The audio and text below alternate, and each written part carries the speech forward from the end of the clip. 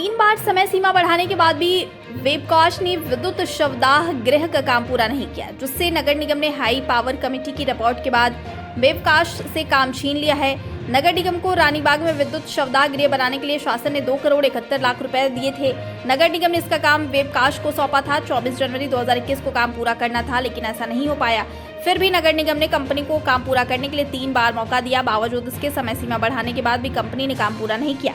अंतिम समय सीमा 30 अप्रैल 2023 भी समाप्त हो गई, लेकिन कंपनी अभी तक काम पूरा नहीं कर पाई। मेयर डॉक्टर जोगेंद्र पाल सिंह रौतेला ने बताया कि बुधवार को हाई पावर कमेटी की बैठक हुई थी। इसके बाद कमेटी ने विद्युत शवदाह गृह का निरीक्षण किया था। वहीं कमेटी की संस्तुति के बाद गुरुवार को कंपनी से काम छीन लिया गया। अब ये काम नगर निगम जल्द दूसरी कंपनी से पूरा कराएगा।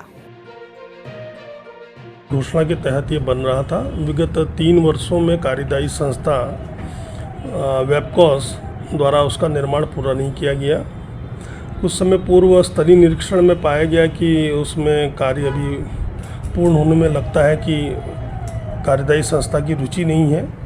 इस संबंध में फिर नगर आयुक्त द्वारा एक जांच समिति बनाई गई थी, जो उसके इलेक्ट्रिकल पार्ट को, फर्नेस पार्ट को देखने के लिए बनाई थी। उसकी रिपोर्ट आ गई है। रिपोर्ट आने के पश्चात यह टेंडर या कार्यदायी संस्था को जो अवार्ड हुआ था उसे निरस्त कर दिया गया है और आगामी उसको तत्काल प्रभाव से 2 महीने के अंदर निर्माण करने के लिए वर्तमान में कार्रवाई जारी है। इसके अलावा ट्रेंचिंग ग्राउंड यानी कि डंपिंग ग्राउंड, जो कूड़ा शहर का सब जगह से जाता है, वर्तमान में लगभग 300 से 400 मेट्रिक टन कूड़ा वहाँ पर डेली आ रहा है।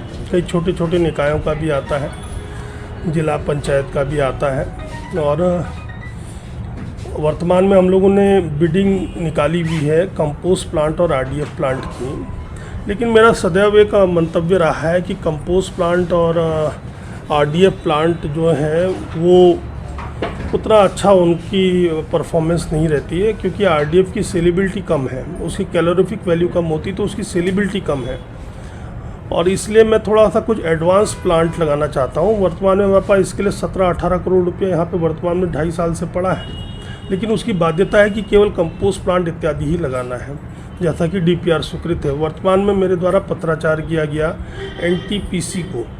एनटीपीसी की एक सब्सिडरी है एनवीवीएन, तो उनके द्वारा इसमें रुचि दिखाई गई है और पूरे भारतवर्ष में एनटीपीसी वर्तमान में कूड़े से चारकोल बनाने का कार्य करी, जो कि फर्नेसेस में काम आ जाता है और जिसकी कैलोरीफिक हाई होती है।